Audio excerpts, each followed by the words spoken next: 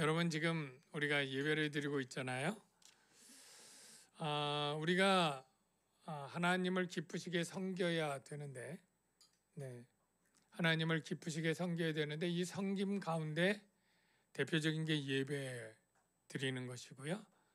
그 다음에 기도 드리는 것, 또 예물 드리는 것, 또 봉사 드리는 것, 이게 다 섬김 가운데 있습니다. 근데 여러분들 가운데 이 섬김을 왜 꼭 해야 되지? 왜 매주 해야 되지? 또는 이거 이렇게 꼭 해야 될까? 이러면서 마지못한 마음을 갖거나 억지로 하는 분들이 혹 있기도 한가요?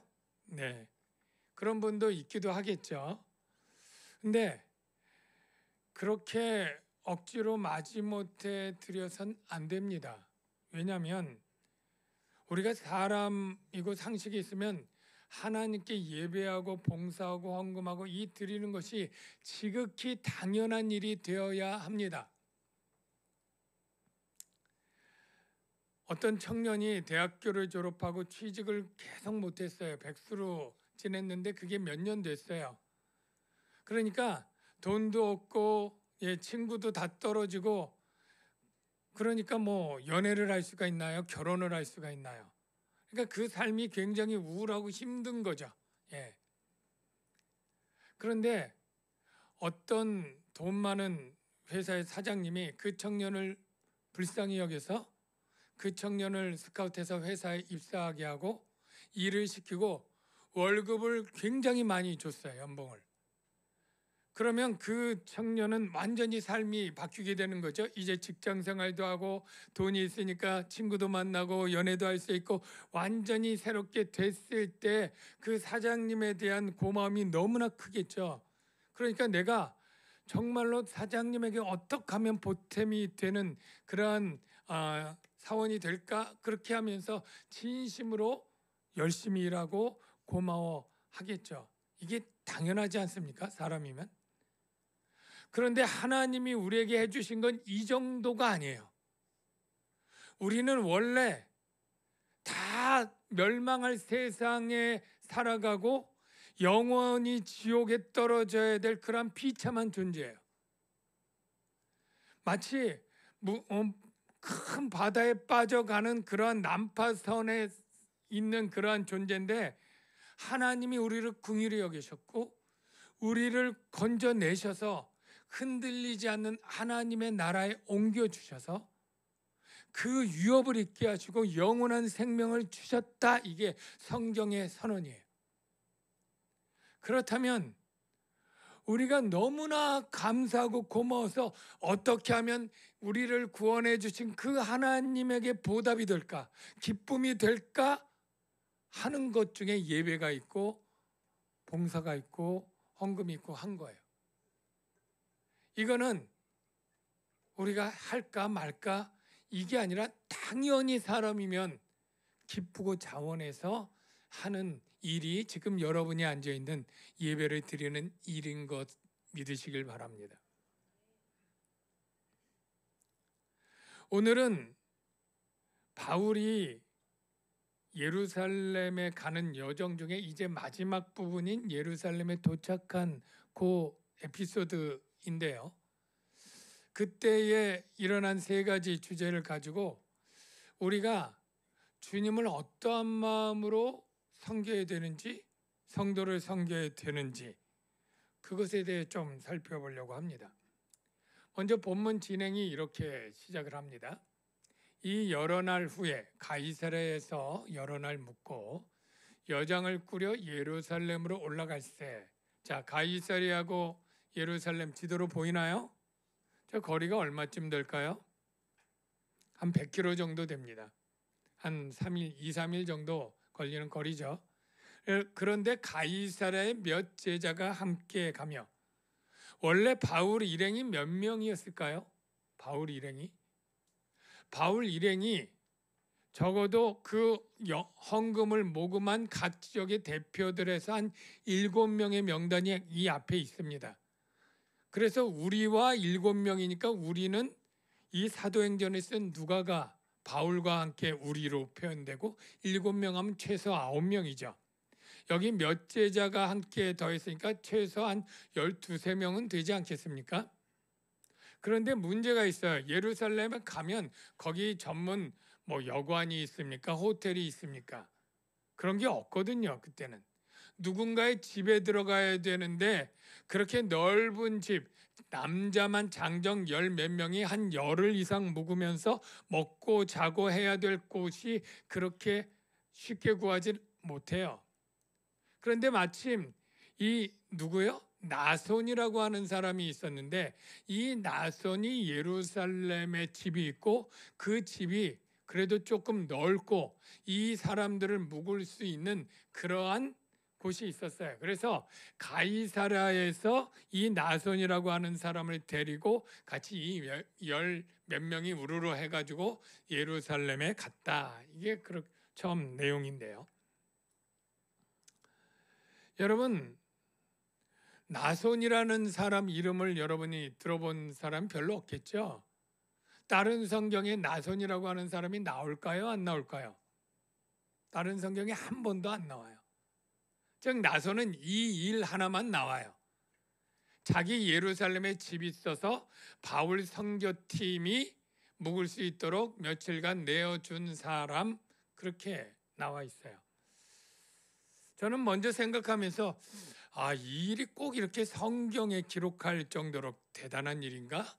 이런 생각이 좀 들기도 해요.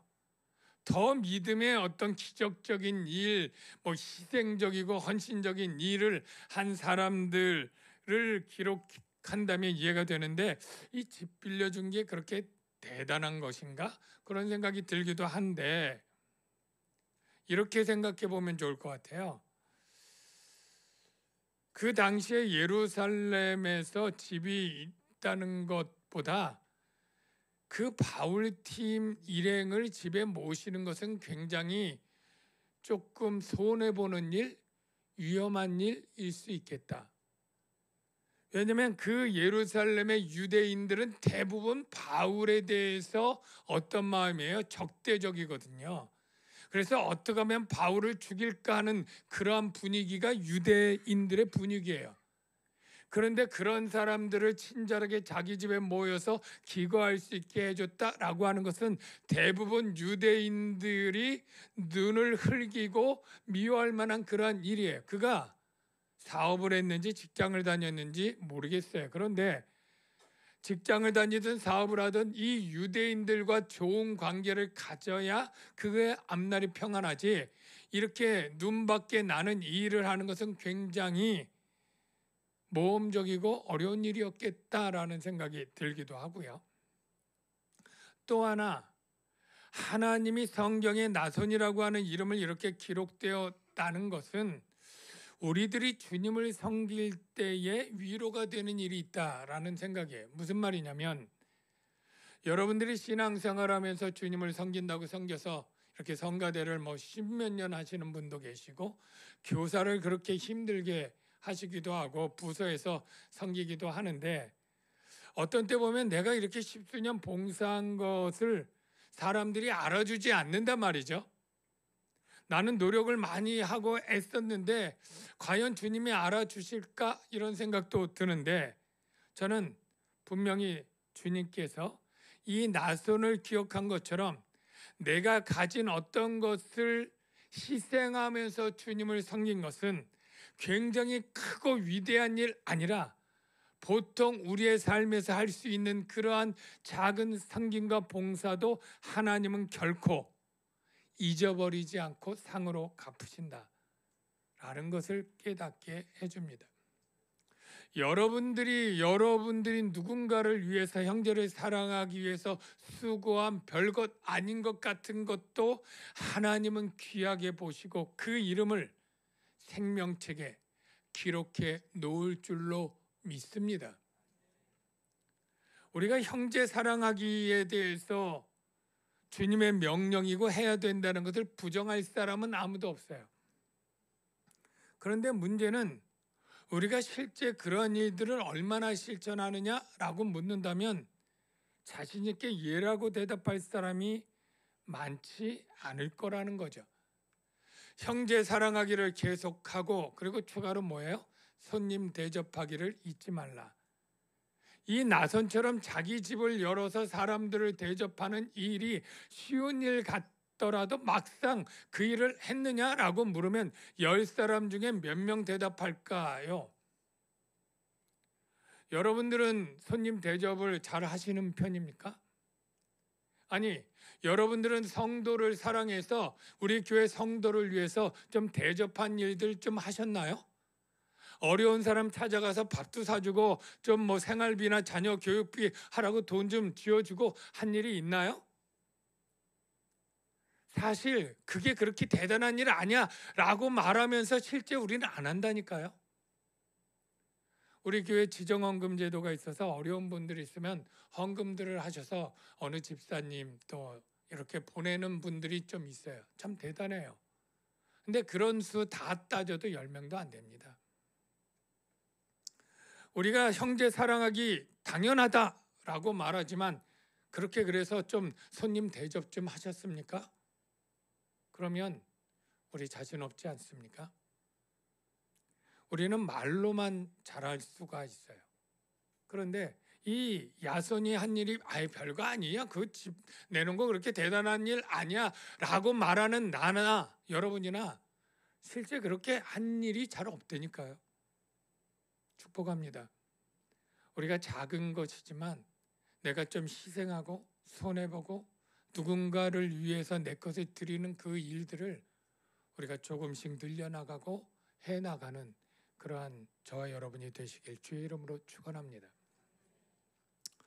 그렇게 예루살렘에 갔더니 이제 맞아주는 사람들이 있죠. 예루살렘에 이르니 형제들이 우리를 기꺼이 영접하거늘 그 이튿날 바울이 우리와 함께 야고보에게로 들어가니 장로들도 다 있더라. 예루살렘 교회 성도가 꽤 많았어요. 그러니까 장로들을 뽑았는데 장로들 수가 한 70명쯤 될 거다 이렇게 추측을 해요. 왜냐하면 성도가 수만 명이라고 하니까. 어쨌든 거기 가서 이제 보고를 합니다. 바울은 1차, 2차, 3차 전도여행 끝나면 이 선교 보고를 꼭 예루살렘의 사도들 앞에서 했습니다. 그래서 3차 전도여행 마치고 지금도 보고를 하는 거예요. 바울이 무난하고 이제 보고합니다. 하나님이 자기의 사역으로 말미암아 이방 가운데서 하신 일을 낱낱이 보고하면서 말하니 그들이 하나님께 영광을 돌렸다. 그런 내용이 나오는데요. 바울이 낱낱이 보고한 것들이 무엇일까? 대충 사도행전을 보면 3차 전도 여행의 사역들을 보고할 텐데 3차 전도 여행은 한 주 52년 말에서 53년 그리고 지금 57년까지 3, 4, 5, 6, 7 아직 뭐 7년이 끝난 건 아니니까 한 4년 정도에서 5년 정도 한 사역 기간입니다. 그가 3차 전도여행을 어떻게 했는지 사도행전에 있는 대로만 살펴보죠. 이렇게 시작을 합니다. 얼마 있다가 떠나 안디옥에서 3차 전도여행 떠난 그 내용이 이렇게 기록된 거예요. 얼마 있다가 떠나서 한 53년 초라고 보여집니다. 갈라디아와 부르기아 땅을 차례로 다니며 모든 제자를 굳건하게 하니라. 여기 한 줄이지만 이 지역과 이 사역이 굉장히 많다는 걸 알아야 됩니다. 갈라디아는 지금 터키 중부 지역이고 이 지방에 비시디의 안디옥, 더베, 이고니온, 루스드라 다 이 지역의 갈라디아 지역이에요. 1차 전도 여행 지역. 여기 다 갔다는 거예요. 그 가서 여기서 제자들 다시 굳건하게 믿음 잘 지켜라 신방하고 설교하고 이 사역들을 갈라디아와 부르기아는 앞에는 안 나오는데 이 지역도 굉장히 큰 지역인데 여길 다 차례로 다녔다는 거예요. 그러니까 그 기간과 그 면적이 얼마나 길고 광활한지 그 사역이 힘들었다는 걸 우리가 알아야 됩니다. 두 번째로 가장 3차 전도의 핵심 지역이 어디예요? 에베소 도시죠. 거기 사역이 9절 10절에 있는데 바울이 그들을 떠나 유대인들을 떠나 제자들을 따로 세우고 두란노 사원 아시죠? 여기서 날마다 강론했어요. 몇 시간씩 했을까요? 적어도 4-5시간씩 강론을 하는데 몇 년 동안? 2년 동안 굉장히 긴 기간 동안 열심히 집중 사역을 했더니 그 결과가 열매가 많았어요. 아시아에 사는 자는 유대인이나 헬라인이나 다 주의 말씀을 듣더라.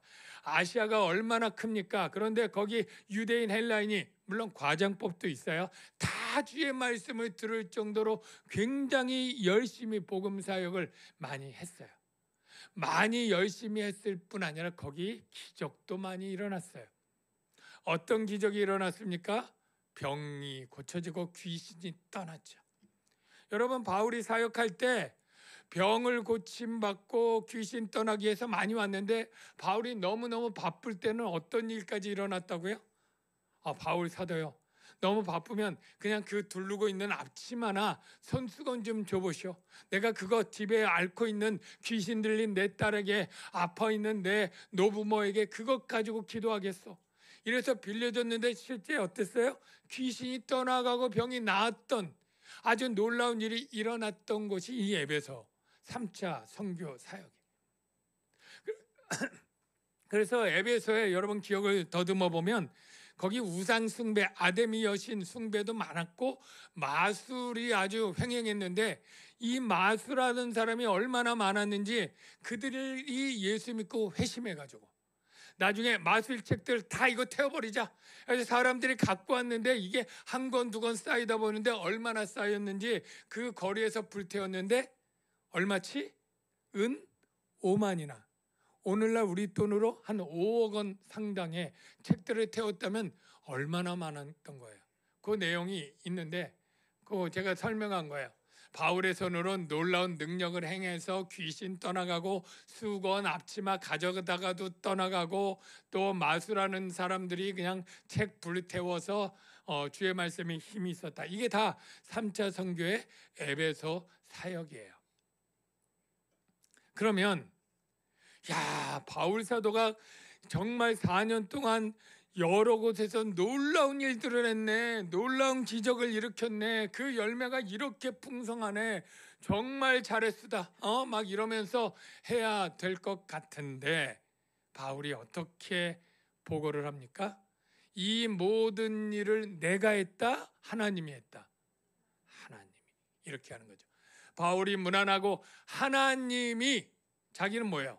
통로예요. 통로. 자기의 사역으로 말미암아 나는 그냥 하나님의 은혜가 흘러가는 파이프요 통로일 뿐이에요. 그 의미예요. 말미암아 이방 가운데서 하신 일, 이방 가운데 하신 일의 주체가 누구예요? 하나님이에요. 낱낱이 말하니 그들이 듣고 바울 사도를 칭찬해요. 하나님께 영광을 돌려요? 하나님께 영광을 돌립니다. 여러분, 여러분 대부분 다 아는 얘기지만 우리 사람의 마음에는 내가 한 일에 대해서 사람들에게 칭찬과 인정을 받고 싶어하는 욕망, 욕구가 다 있습니다. 네. 그래서 우리가 자꾸 내가 어떻게 했지, 내가 힘들게 이렇게 했지, 저렇게 했지, 이걸 드러내고 은근하게 드러내서 그것들을 받고 싶어 하는데 그럴 때 문제가 생기는 게 인정과 칭찬이 안 들어온 시험 들고 서운한 거예요. 그리고 그것들을 많이 들으면 또 우쭐하고 교만해지게 되는 거예요. 그래서 바울 사도는 늘 하나님이 나는 그냥 통로였고 도구였고 하나님이 하셨다고 해서 하나님께 영광을 돌리게 보고를 해요. 저와 여러분도 배워야 될 줄로 믿습니다. 저와 여러분도 신앙생활하면서 그래도 꽤 봉사 좀 하신 분들이 있잖아요. 아까 얘기한 대로 몇십 년 동안 한 사역을 하는 게 보통 어려운가요? 여러분 이렇게 경제적으로 어려운데 참 힘들지만 11조 하는 분들 참 귀한 거예요. 그것도 귀한 봉사예요. 쉬운 일 아닙니다. 압니다. 그런데 온전하게 그렇게 하시는 분들 잘했죠. 교사로 우리 아이들도 아니고 남의 아이들인데 그렇게 수련회하기 위해서 정말 며칠을 그냥 시간 내서 퇴근하면서 일하면서 그 섬기는 일, 또 그 아이들 뭐 한다고 또 우리 집사님 권사님들 와서 낮에도 간식 떡볶이 뭐 이런 거 만들어서 해주는 일, 다 귀한 일입니다. 그런데 그 일을 했을 때 조심한 것, 다른 사람이 알아서 칭찬하고 인정해 주는 것은 좋아요. 스스로 내가 잘했다라고 말해서는 위험합니다. 바울이 그래도 바울이 훌륭한 것은 하나님이 하도록 했지만 그래도 순종한 것은 칭찬해 줄 만하지 않냐. 겸손하게 따라서 그 몇 년간을 했던 그 충성은 그래도 우리가 칭찬해 줘도 되지 않나, 이런 마음이 들기도 하는데요. 조금 더 생각해 보십시오. 바울이 겸손하게 순종하게 된 것은 그 스스로 나온 마음입니까? 아니면 하나님이 그 마음조차도 환경과 여건을 통해서 주신 것입니까? 그가 겸손할 수밖에 없도록 한 것은 그가 나온 마음의 선에서 나온 것도 아니에요. 원래 바울은 굉장히 악랄하고 기독교를 박해했던 죄인 중에 괴수였어요. 본인이 고백하죠. 나는 박해자요, 폭행자요, 살인자였다고요. 교회를 얼마나 미워했는지 그냥 남녀를 잡아다가 옥에 가두고 잔멸했던 주역이에요. 그가 다메섹에 갈 때 왜 갔습니까? 기세 등등 살기 등등 다메섹에 도망간 그리스도인들 체포하러 그렇게 가다가 꼬꾸라진 거잖아요. 그리고 눈이 멀어버렸어요. 장애인이 된 거죠. 유대인들 가운데는 장애인 되면 어디 공직에 나가지도 못하고 그 인생 망한 거예요. 그럴 때 하나님이 그에게 나타나서 그를 눈을 뜨게 하고 그가 주의 일을 할 수 있도록 사도로 택함 받고 이방인과 임금들의 종으로 그를 파송해서 보낸 것은 대단한 하나님의 긍휼과 사랑인 거죠. 그는 겸손할 수밖에 없었고 그가 평생 주를 위해 헌신할 수밖에 없도록 하나님이 그의 과거의 역사를 통해 그를 만드신 거예요. 여러분이 혹시 겸손해서 무슨 일을 열심히 꾸준히 했다면 그런 마음을 주신 것도 하나님인 것을 고백해야 됩니다. 너희 안에 행하시는 이는 누구요? 하나님이시니 자기의 기쁘신 뜻을 위하여 너희에게 소원을 두고 내가 내 마음의 소원을 품었는데 그 소원을 주신 분이 하나님이다. 그래서 우리가 늘 조심해야 될 게 정말로 열심히 봉사하고 크게 열매를 맺을 정도로 일을 잘한 분, 탁월한 능력으로 어떤 일들을 행하신 분들이 참 그 일 자체는 성공적으로 잘할 때 귀하고 고마운데 그 스스로 오히려 조심해야 돼요. 모세가 이스라엘 백성에게 염려하면서 당부한 게 이것입니다. 네가 마음에 이르기를 내 능력과 내 손의 힘으로 내가 이 재물을 얻었다 말할까 하노라. 내 자가 몇 번이나 나옵니까? 내 하나님 여호와를 기억하라. 그가 내게 재물 얻을 능력을 주셨습니다. 여러분 중에 재능과 은사가 많은 사람이 있습니까? 내 재능, 내 은사 아니, 네가 은사를 하나님이 주셨다는 거예요. 재능을 주셨다는 거예요. 많이 헌금했습니까? 그 돈 하나님이 주셨다는 거예요. 시간이 많고 몸이 건강해서 주일 많이 했습니까? 그 시간 하나님이 주셨고 그 체력, 그 건강 하나님이 주셨다는 거예요. 많이 수고한 것일지라도 바울은 이렇게 고백합니다. 나의 나 된 것은 내가 아니요 하나님의 은혜로 된 것이다.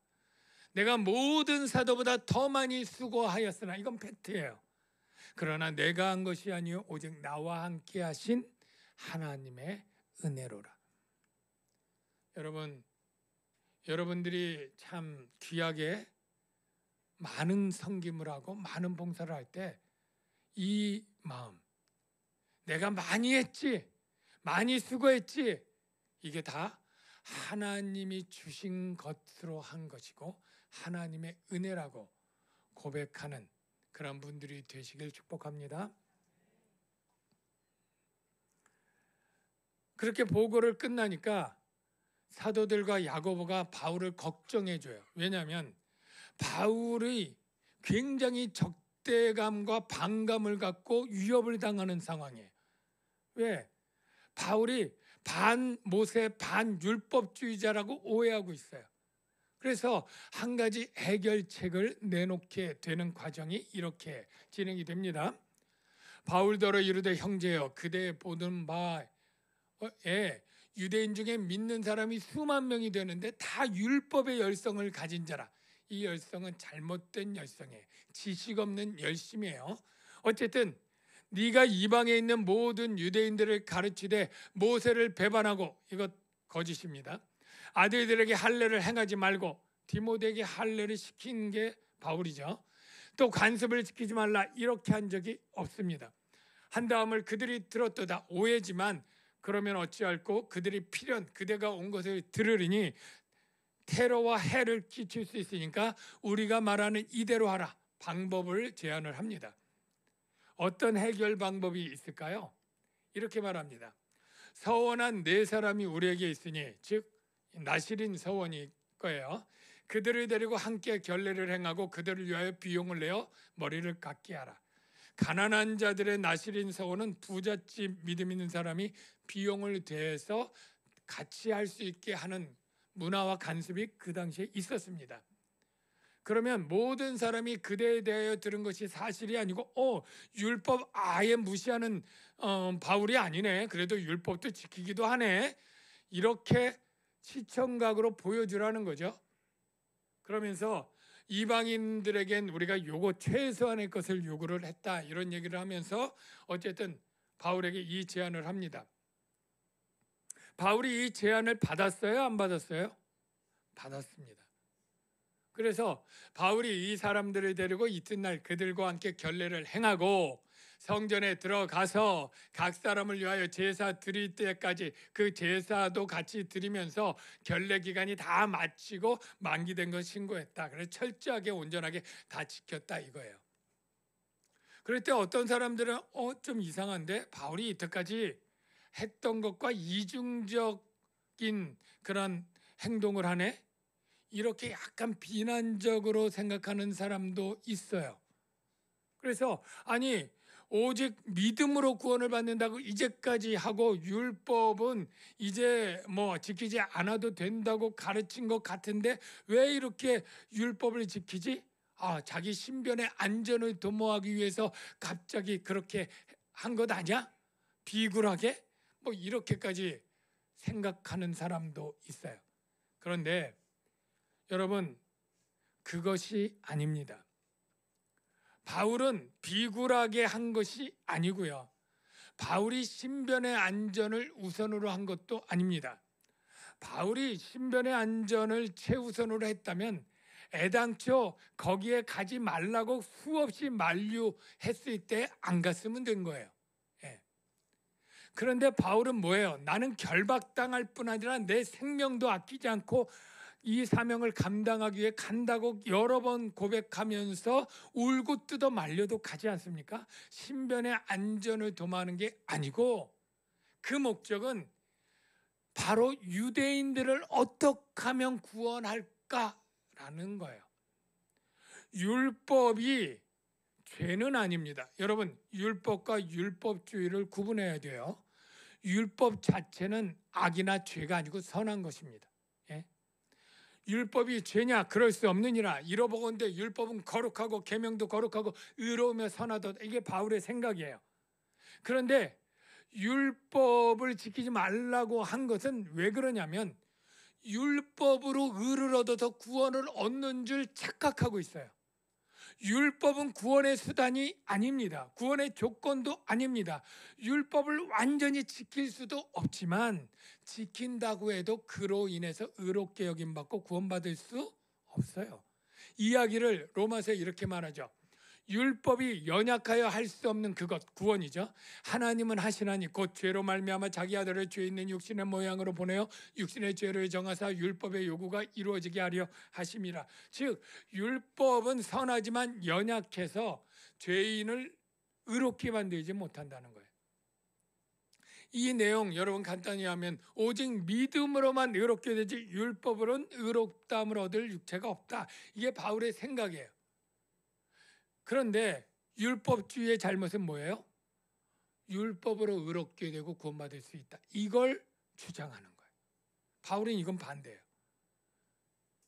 근데 바울이 율법 자체는 악하거나 그 관습이 죄거나 하진 않거든요. 그러니까 이 결례를 행한 이유가 뭐냐면 내가 율법을 꼭 지켜서 의롭게 되지 않다는 건 알지만 율법을 지켜줌으로써 유대인들에게 반감을 없애고 그들에게 가까이 들어가서 그들과 친해져서 그들에게 복음을 전해서 구원의 길이 있다면 나는 내 생각을 버리고 내 신념도 포기하고 내 자존심도 버리고 내가 그들에게 맞춰주겠다는 거예요. 여러분들이 정말로 사랑하는 어떤 사람과 친하게 지내고 원하면 내가 그 사람이 좋아하는 음식 나는 싫어하지만 그냥 같이 가서 먹어주고 그 사람이 좋아하는 영화 그대로 봐주고 그 사람이 원하고 주장하는 것 그냥 내가 특별하게 틀리지 않으면 그냥 맞춰주고 받아주고 이렇게 하잖아요. 바울은 이방인의 사도지만 그의 속마음은 이방인의 구원을 바랄까요? 유대인의 구원을 진짜 바랄까요? 자기 동족을 더 사랑하는 게 인지상정이에요. 이방인에게 사도지만 이방 지역 가서 제일 먼저 가는 데가 어디예요? 유대인 회당에 먼저 갑니다. 그가 이렇게 고백을 합니다. 내가 지옥에 갈지라도 유대인이 구원받았으면 좋겠다. 이렇게 표현하죠. 나의 형제 곧 고륙의 친척 다 유대인들이죠. 내 자신이 저주를 받아 그리스도에게 끊어질지라도 가장 저주죠. 원하는 바로라. 그들은 이스라엘 사람이라. 형제들아 내 마음에 원하는 바와 하나님께 구하는 바는 이스라엘을 위함이니 곧 그들로 구원을 받게 함이라.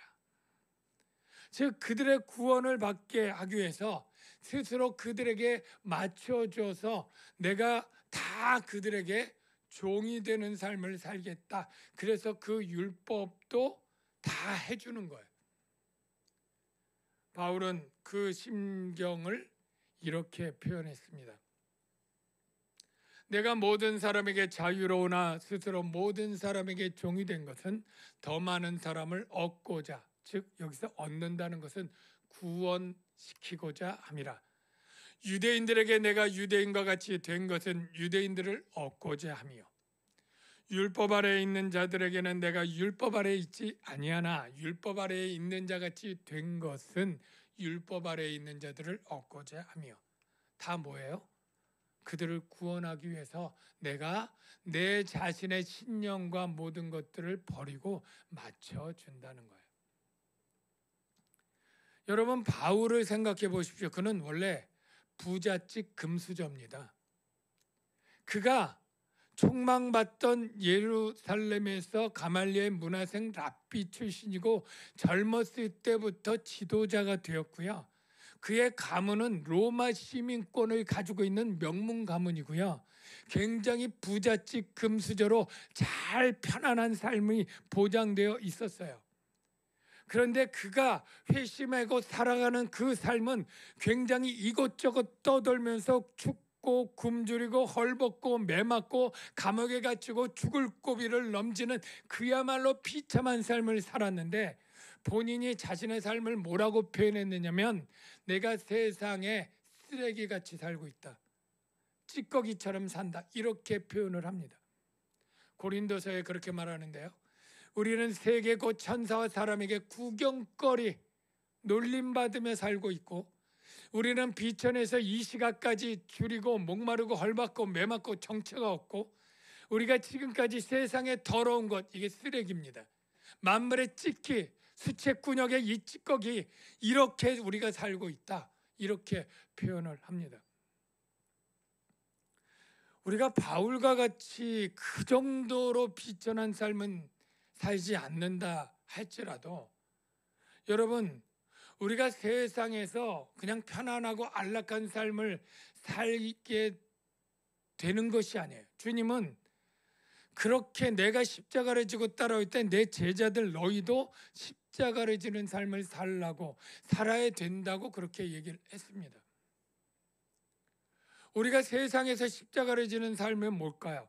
교회 안에서는 열심히 봉사하고 교사하고 섬기고 헌금하고 뭐 이런 거라는 건 추측할 수 있는데, 충분히 생각하는데, 세상에서는 어떻게 살아야 될지, 어떤 게 십자가 지는 삶일까요?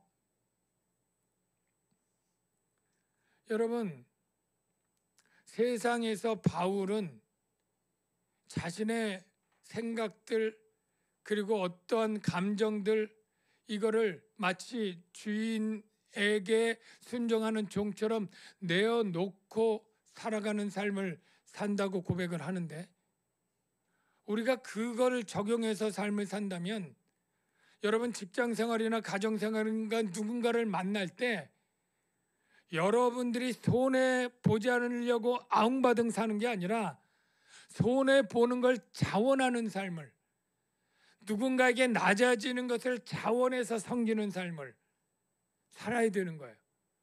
마치 누군가의 비유를 맞추기 위해서 가서 밥도 사주고, 누가 나를 조롱해도 그냥 허허 웃어주고, 누가 나에게 욕해도 욕으로 갚지 않고 축복하는 말을 하는 배알이 없는 속 빈 그러한 사람처럼 살아가는 삶. 왜? 그에게 친해져서 그에게 복음을 전해서 그에게 구원의 길을 열어주려면 그 길밖에 없으니까. 왜 좁은 문이라 그래요? 왜 좁은 길이라 그래요? 왜 주의 십자가를 지고 간다 그래요? 그런 자기 희생 없이, 자기 부인 없이 어떻게 우리가 그들에게 구원을 주고 예수님의 본을 따라가서 산다고 말할 수 있겠습니까? 우리가 폐회송마다 부르는 거죠. 좁은 문, 좁은 길, 주의 십자가 지고. 우리가 찬양만 하고 실제 삶은 살지 않는다면 그것은 맞지 않는 것이죠. 여러분, 우리 모두는 십자가를 져야 된다고 주님이 말하고 있어요. 그 실제 십자가는 아니겠죠. 뭐겠어요? 자기 부인과 자기 희생이에요. 직장 동료들, 학교 친구들, 친척들 손해 보라는 거예요. 아웅바둥해서 내 것 기브앤테이크로 따져가지고 받은 만큼 주자, 이것도 훌륭하지만 그냥 더 주라는 거예요. 더 욕먹으라는 거예요. 더 손해보라는 거예요. 좁은 문이라는 거죠. 그 은혜가 저와 여러분에게 있기를 주의 이름으로 축원합니다. 우리 이 찬양 폐회성에서 늘 부르지만 다시 한번 부르면서 기도하며